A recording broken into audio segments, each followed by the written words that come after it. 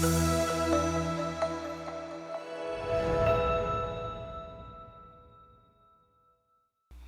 right, guys, welcome back to another week of Ministry Moments. Week 3 already. Man, I can't believe we're in the 3rd week already. Just time is just blowing by here. Almost done. One more week to go. We hope you guys have been enjoying it. And as a matter of fact, go ahead and type down in the chat box right now, what's been your favorite question or your favorite topic so far? We'd love to see your responses, and trust me, we are watching. Well, what have you been thinking about it so far? You know what? I've been loving the interaction between the couples, and I think that we all need those friends or those times that we can sit down and talk with other like-minded married people. So this has been a great chance to kind of look into the lives of other people by example. The Bible tells us that we're epistles read of men. So people are learning things just by watching and seeing how other people go through issues and problems. And so it's been great for me to be able to look and also to see sometimes they just let you know you're not alone in Absolutely. your thinking. Absolutely. That's what I was thinking too. Yeah. Like just hearing these couples talk, it's like, man, I can relate to that, or I can relate to this. So we encourage you, if you have missed any of these past 2 weeks, you want to go back, check them out with your spouse. Don't have a spouse, check them out on your own to get some tips to when you do have a spouse. By faith. Well, we're going to get out of your way. Let's go ahead and go into week 3. Enjoy. All right. Our next question is, do you try to fix your spouse? How? And does it work? Wow.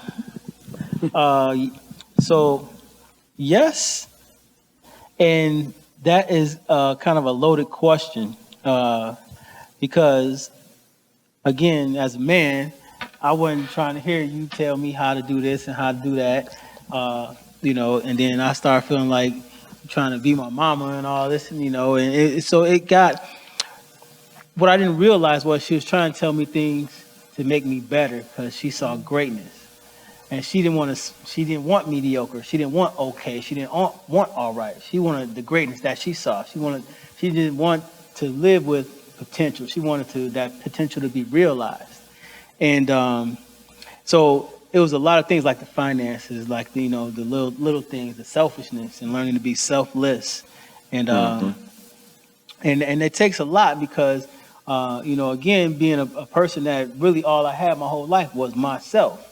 So I grew up out of a necessity of survival, and survival was just me taking care of me on a daily basis. We have a thing because I have a thing with retro Jordans because growing up I used to get the hand-me-downs. So when they recycled them, I was like, well, I wonder what it feel like to put my feet in a fresh pair. After somebody ain't beat them up on the court and they halfway broke down and now they're giving them to me. So I had a lot of things. I was trying to fill the gaps and voids from my childhood and all the things that I didn't experience growing up.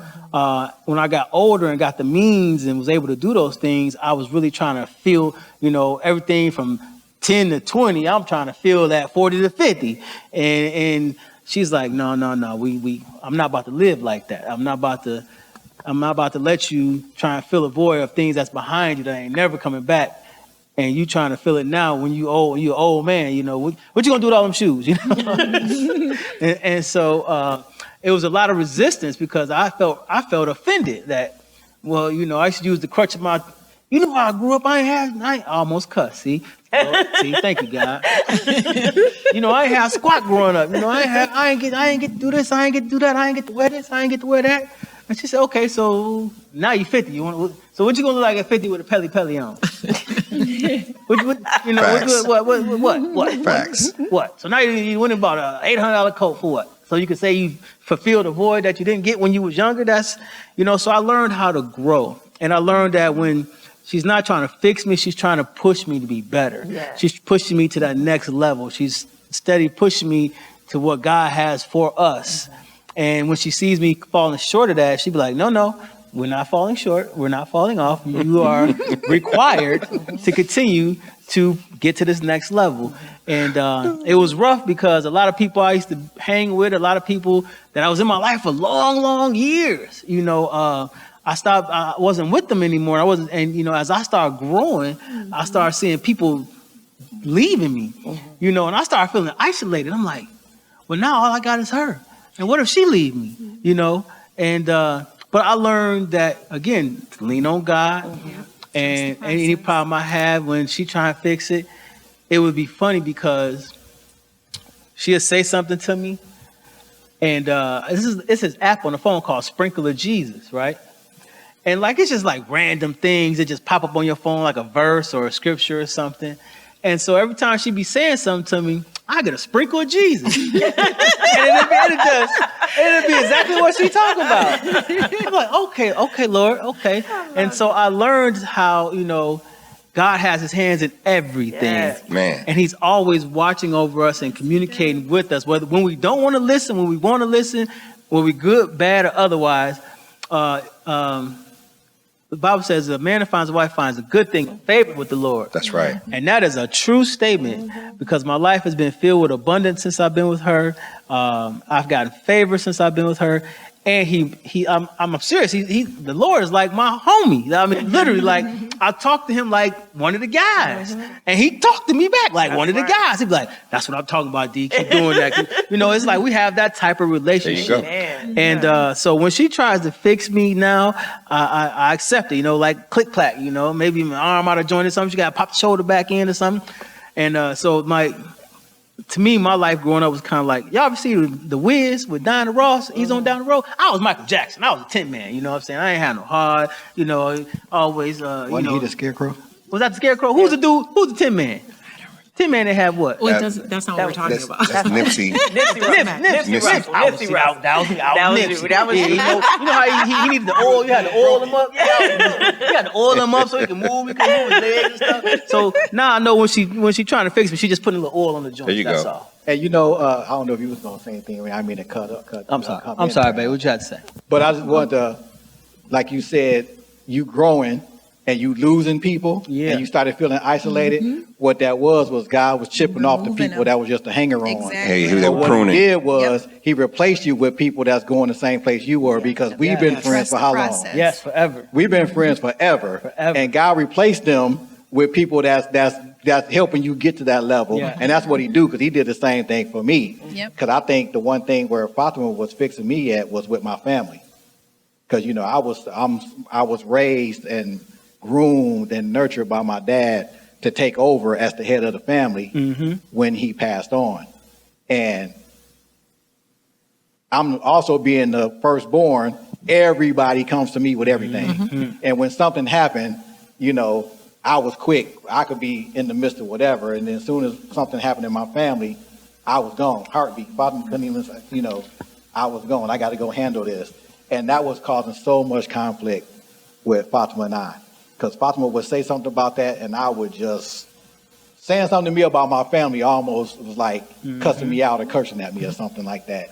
So it took a while for me to really see that what Fatima was saying wasn't against my family, but it was bringing me down, and it was stopping the growth that we were trying to go to, not only as me as myself, where I was trying to go to, but us as a husband and wife, and then us as a family, the Vaughn family, trying to ascend and be that footstep, that person that all my brothers and sisters looked up to be that marriage that everybody looked at. So I think if that's where the one thing that I see she was trying to fix me was in that aspect. And once I started listening, because a big part of that too is ego.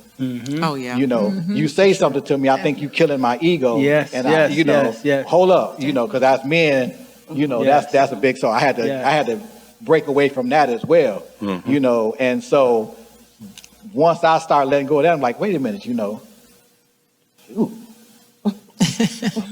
Yeah. You were right. Yeah. Yeah. You were, once I took myself out of it and looked at it through the lens of her eyes, I said, wait a minute. I'm so gung-ho on keeping the family together and, being this big brother, being this image that they bit me up to be, making sure that I'm there for them I mean, bro, I was like leaving at 4 or 5 o'clock in the morning, driving to Minnesota, trying to jump on my sister's boyfriend.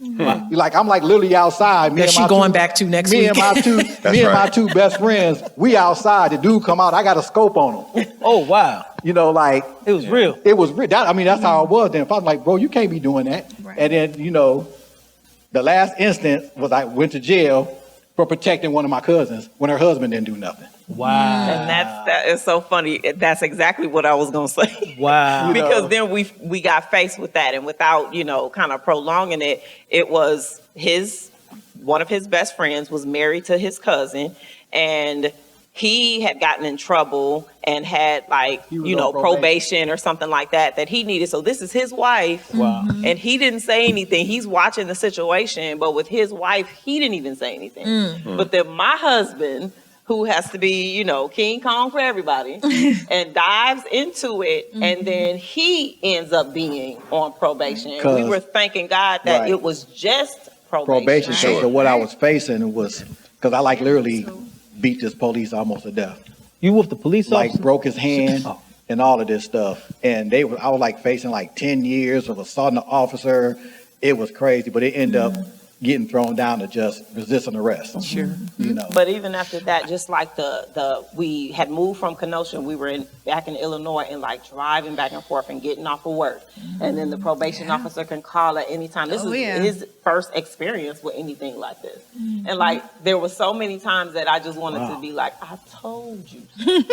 This is exactly what I was talking about.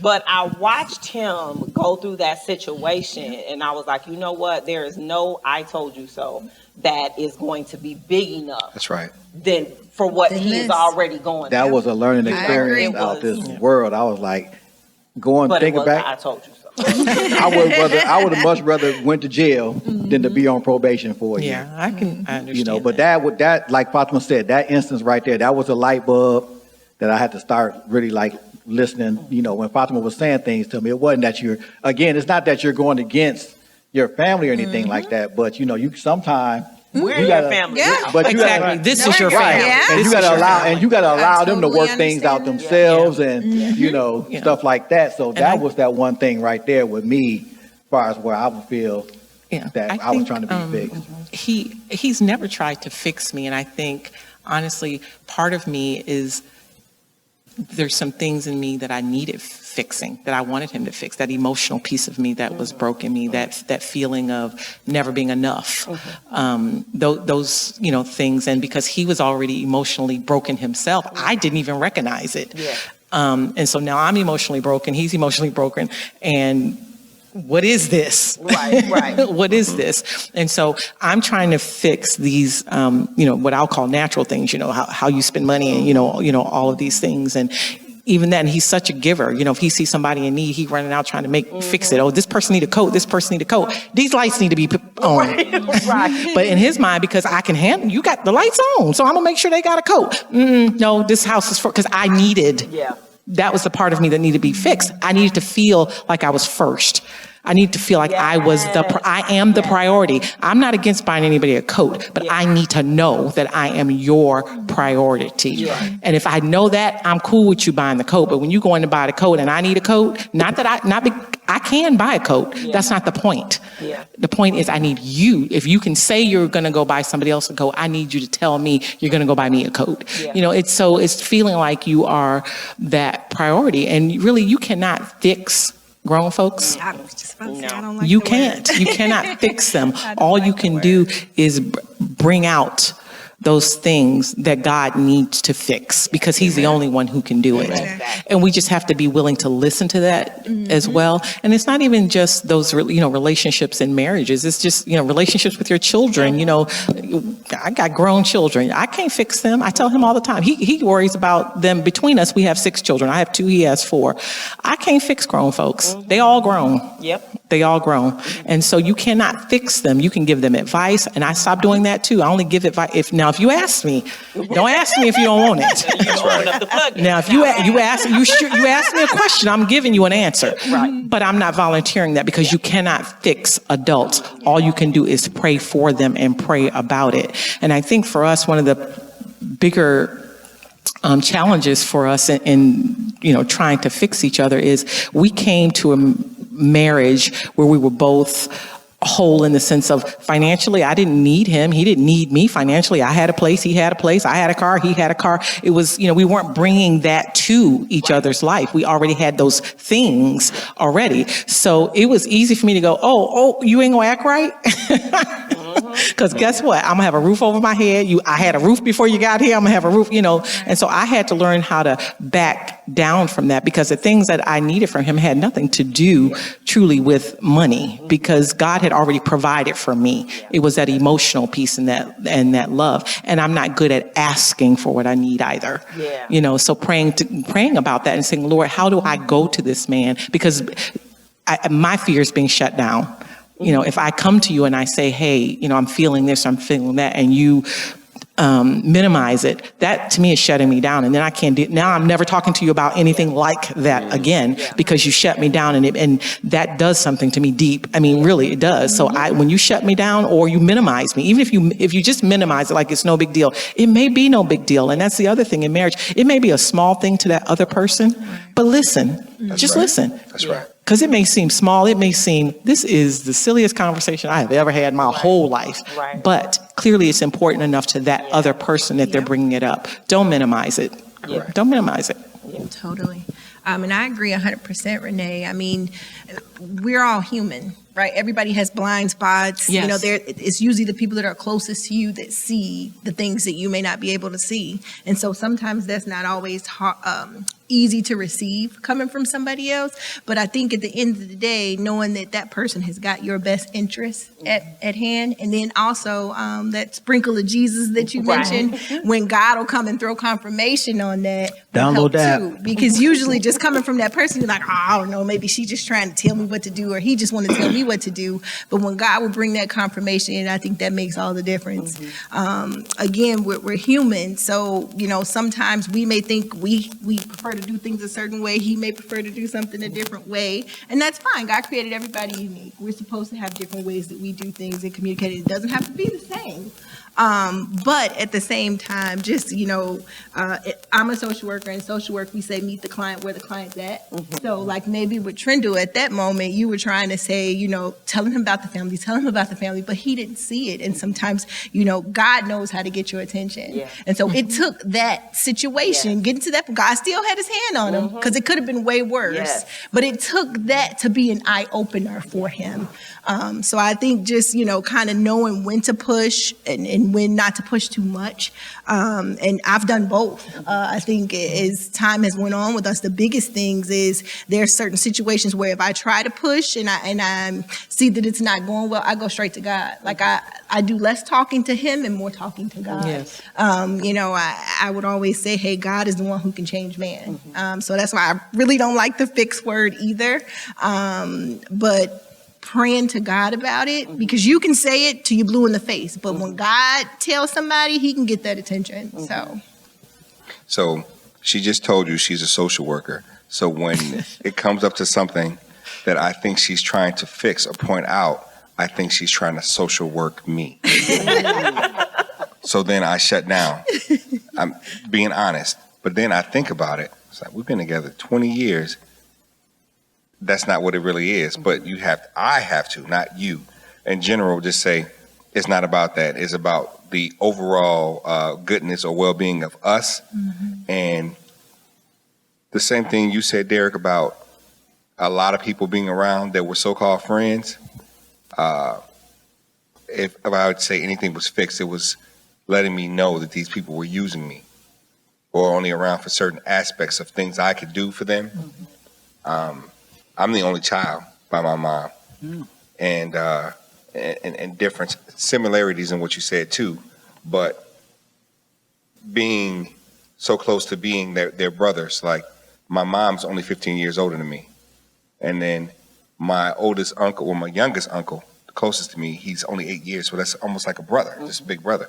But the family dynamic, I'm the one trying to drive somewhere and fix them, or beat my aunt's boyfriend up, who she's going to be with the next day.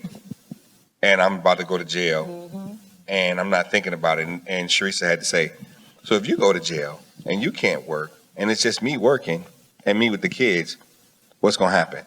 So when you see that spelled out, you understand a lot more. So so I don't like the fix thing either anymore, especially when it comes to that. But yeah, it just sounds like a magic word, like yeah. poof, he's good. No, Because this it's not is that. not I dream a genie. It does not work that way. But it's a constant, and you have to reiterate sometimes too. And also when you reiterate, it's not like I told you. It's like, hey, so we plan to do it this way. And you have to be led. I think there's times too that even like with my children, you can see it, right? Like there's some things that they just might be drawn to because that's their own individuality. And I'll be like, military, why you want to go to the military right now? You don't know what's going on in the world, or why you want to do this, or you should go for this. I wanted to do this back in those days, but that's me. So you really still have to allow that person to have their own individuality. And so I think being led by God when you say it, because there's sometimes where he just might do something that I don't like, but it doesn't mean like that's something that how he processes. You're trying to say something. He's not going to be me, and I'm not going to be him. No. I think you're trying to say something. No, I'm not. Seriously. I think we just process differently, but you still have to allow that space. Yeah. So, And I like, think- if it's something that's affecting the marriage, I totally get it. But Yes.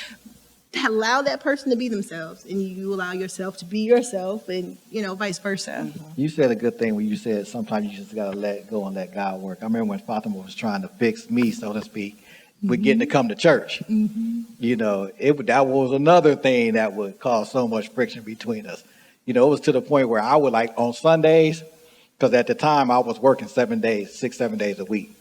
So on that day that I wasn't working Sunday, and I was getting off on Sunday morning, I would stay at work till like 12 o'clock, just so Fatima wouldn't, so they would be gone already, and I could come in the house and be at peace. And then, so Fatima, like she said, she just stopped. She said she put it in God's hand, and then God sent my daughter after me, but like you said, she let, it's not about fixing, in God's time, it's gonna work. And that's what happened.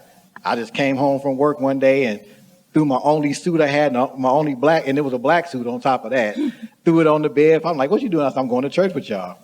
And I walked through them doors that day, and I ain't left out since. That was what, 17 years ago? Yeah. So again, when you take your hand off of things and let God, do what he's going to do, that's when everything is going to work out, and everything's going to be the way you want to do. Instead of trying to you fix it, let God fix it. Let God be that person to fix it. And it's going to work much better than you will ever be able to do it. Right.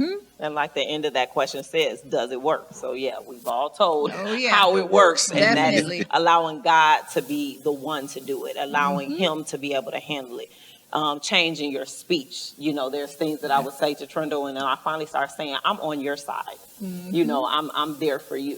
So if this is something that God wants for you, to be in this relationship, to make the relationship better, he's the one who's going to change it. He's the one who's going to nurture that individual, because initially it's going to be up to him. My husband loving me honors God. Yes. My husband taking care of our family nucleus first honors God, and then giving alms to other people and, taking care of them and being there for them. And now we're kind of the opposite, so now his family are calling, he's immediate no. And I say, well, who was it? And then I start praying, it's like sometimes God be done dropped in my spirit that person was going to call already. So now I'm more so the person that says, no, we need to go talk to them. We need to go counsel them. We've been up in the middle of the night driving now, so now we together driving. Right. And making the comments and the calls. So it was what God wanted. It was how he needed it to be, and not what Fatima wanted, and changing you and all of that type of stuff. But it was what he desired. So we have to learn to be sensitive to that and allow him to change us, for the better. All right, guys, we're going to go ahead and stop right there. Man, oh man, oh man. How do I try and change my spouse, and does it work? You don't, because your spouse is perfect. Yeah. Well, There was no. I need to. you are perfect. Okay, You're perfect. thank you. I'm saying for me. Okay. Change me. Right. I love in there talking about not just people changing people, but it's God in control, Yes. and God being able to make you a better person. And also, I really enjoyed them talking about I'm changing you because I can see how great you can be, and I'm just trying to get you to reach your full capacity, because sometimes you have tunnel vision. You can't view yourself the same way other people can. So it's just a great thing. A lot of people get scared of the word change, like she trying to change me or he trying to change me, and it's like don't look at it in those simple terms. Look at it as a deeper meaning. Say, I'm trying to pull the best out of you.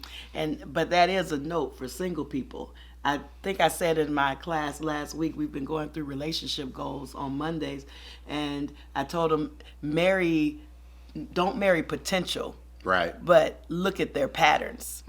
Because some people you get married to, you can't change them. Right. They're going to be who they are. And that's why it says for better or worse.